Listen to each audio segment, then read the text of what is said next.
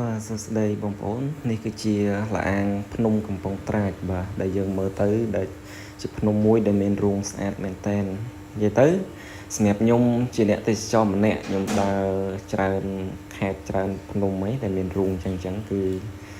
ភ្នំនេះគឺមានលក្ខណៈពិសេសប្លែកមែនតែនបងប្អូនបាទនៅខាងក្នុងហ្នឹងគឺធំទូលាយហើយមានខ្យល់ចេញចូលត្រជាក់ល្អក៏ដូចជាពន្លឺគ្រប់គ្រាន់សម្រាប់ភ្ញៀវទេសចរបងប្អូនណា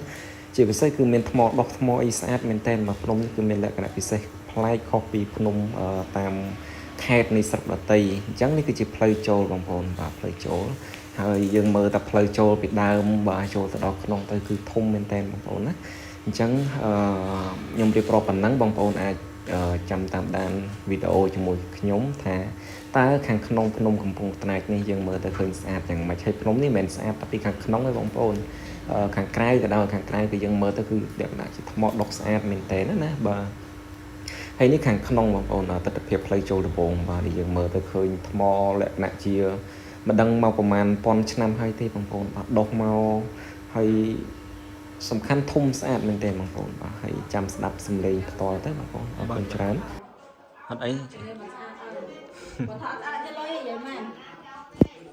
ជាងជំនាញចាជំនាញកាយធំតាំងពីកាយក៏ប៉ុតនេះរហូតដល់កូន3ហើយកាយនេះក្នុងនេះអត់មានទេវ៉ាអីមកទីនៅខាងក្រៅមិនដែរអត់មាននៅយូរនោះគឺអត់មកណាដល់កន្លែងហ្នឹងវាមកកាន់ទីចំជំនាញគួយហើយណាចាប់កន្លែងនេះមួយបាទត្រង់ចំណុចនេះគឺយើងចូលមកដល់ខាងក្នុងបងប្អូនបាទខាងក្នុងភ្នំហ្នឹងអញ្ចឹងភ្នំហ្នឹងគឺវាមានលក្ខណៈដូចជាបាតផ្ទះអញ្ចឹងណាបងប្អូនបាទដូចជាឆ្នាំងអញ្ចឹងគឺភ្នំជុំវិញគៀនហើយនៅខាងក្នុងហ្នឹងគឺប្រហោងដ៏ធំមួយបងប្អូនបាទជាប្រហោងដ៏ធំមួយដែលយើងចូលទៅគឺមានថ្ងៃក៏ដូចជាខ្យល់ចូលមកគ្រប់គ្រាន់ផងដែរនេះបងប្អូនឃើញណាបាទគឺ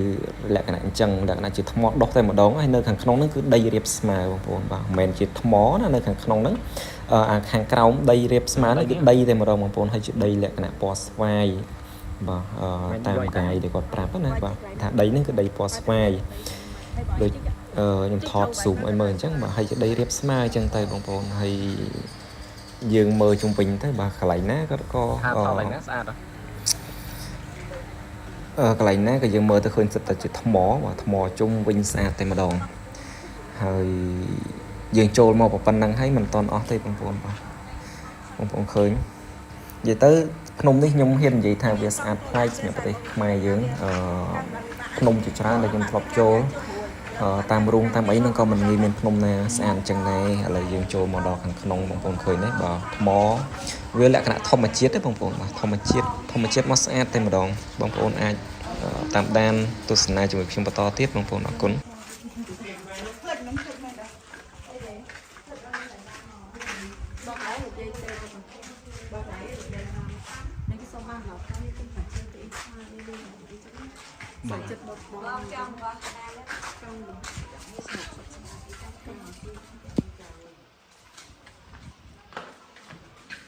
ដំរីសពេជ្រ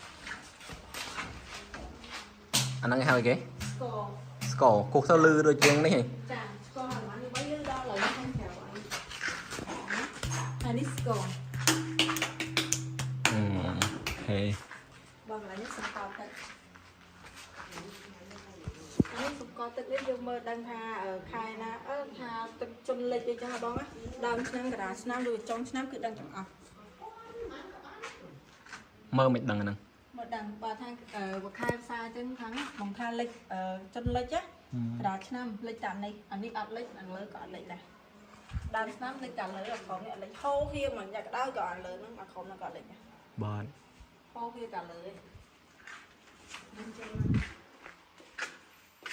អានេះមានទឹកមែនគាត់មានទឹកមែនទឹកតែបងខែផ្សារទឹកលិចដល់ហ្នឹងអូលិចផុតស្ពានអត់អត់ដល់និយាយរួមផុតដើរទៅយើងដើរបានព្រោះអីវាទឹកជិតវាលិចគ្នាហ្នឹងខែផ្សារខ្លះជុំវិញខ្លាំងដល់លើនេះដល់លើអូចាត់មកដល់កន្លែងឆត់យើងចូលមិញហ្នឹងណាធូងចូលរួច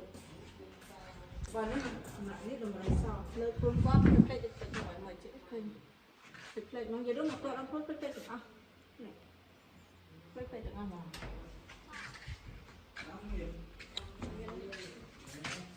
ផ្លេចហ្នឹងមិនមែនយកអីបាច់ទេ អត់ទេបងឯងស្ទាបអត់ វាធម្មជាតិចឹងមក ចាធម្មជាតិមកបងស្ទាបអត់ទេបងងាកអត់ដែរទៅមកដូចធម្មជាតិមកចឹងហ្មងអត់មានបន្លំមិនដាក់ប្លត់ទេណាបងប្លត់យើងស្ទាបទៅដោយចាប់ដៃយើងណា បាទ អានេះអត់ទេបងស្ទាបអត់ចិត្តចាធម្មជាតិចឹង នំកំពង់ត្រាច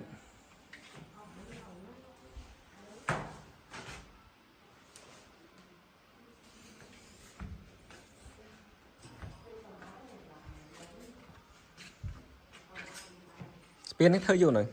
ធ្វើទុកបានមួយឆ្នាំ អឺ ទៅឆ្នាំបើអត់មានសំណាក់ទៅមិនគឺហាត់កាន់8ទៅបានផែ8ទៅបាន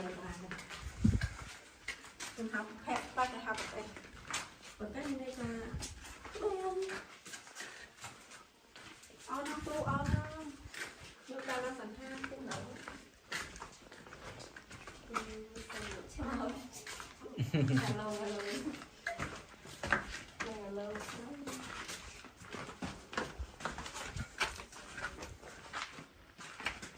ះកន្លែងអ្នកបែបនបាទ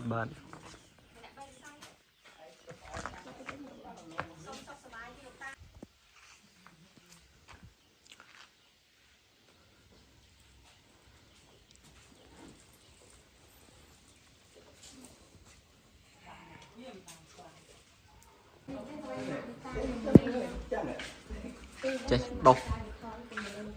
ធម្មជាតិស្អាតទាំងថ្មប៉ិនប៉ុណ្ណានេះ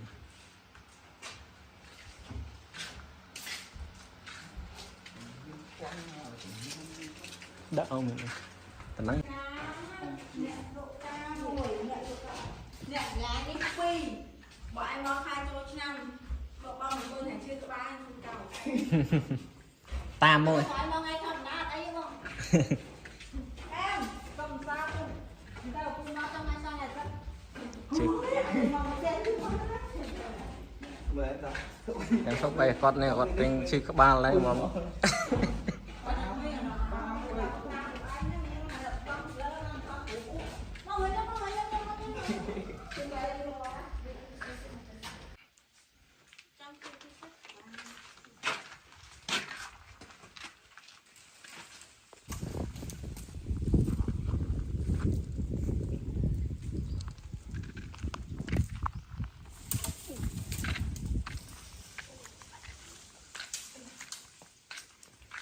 ដើមជ្រៃឬប៉ុណ្ណាណី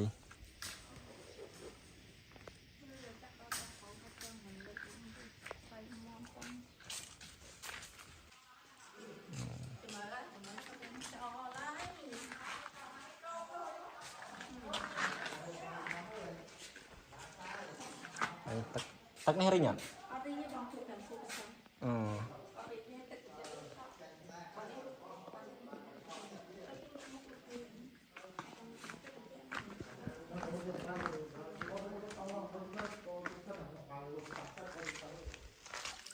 អូជាអូខេមែនតាទឹកត្រជាក់សំខាន់មានកូនត្រីទូចទៀតត្រជាក់ខ្លាំងទឹក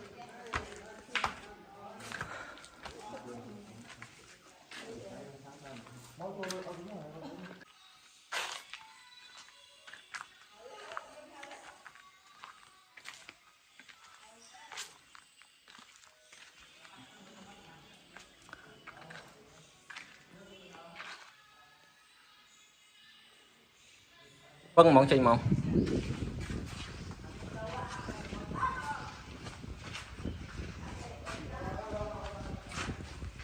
សល់ជាក់ល្អណាស់នេះបាទអរគុណច្រើនបងប្អូនដែលតាមដានទស្សនាវីដេអូជាមួយខ្ញុំរហូតដល់ចប់ហើយនេះគឺជាផ្លូវដែលយើងចេញទៅវិញហើយនិយាយទៅស្អាតបងប្អូនណាបើបងប្អូនដែលជាអ្នកខេត្តឆ្ងាយមកដល់ខេត្តកពតឆ្លងកាត់ស្រុកកំពង់ត្រាចបាទនៅដល់ផ្សារកំពង់ត្រាចកុំភ្លេចបត់ស្ដាំបងប្អូនបាទយើងមកពីភ្នំពេញយើងបត់ស្ដាំតិចទៅនៅក្នុងផ្សារហ្នឹងចូលមកប្រហែលជា1គីឡូគឺដល់ហើយបងប្អូនបាទហ ហើយនៅនេះស្អាតបាទស្អាតខ្ញុំហ៊ាននិយាយថាស្អាតអញ្ចឹងអរគុណច្រើនបងប្អូនបាទសម្រាប់ការទស្សនាវីដេអូនេះ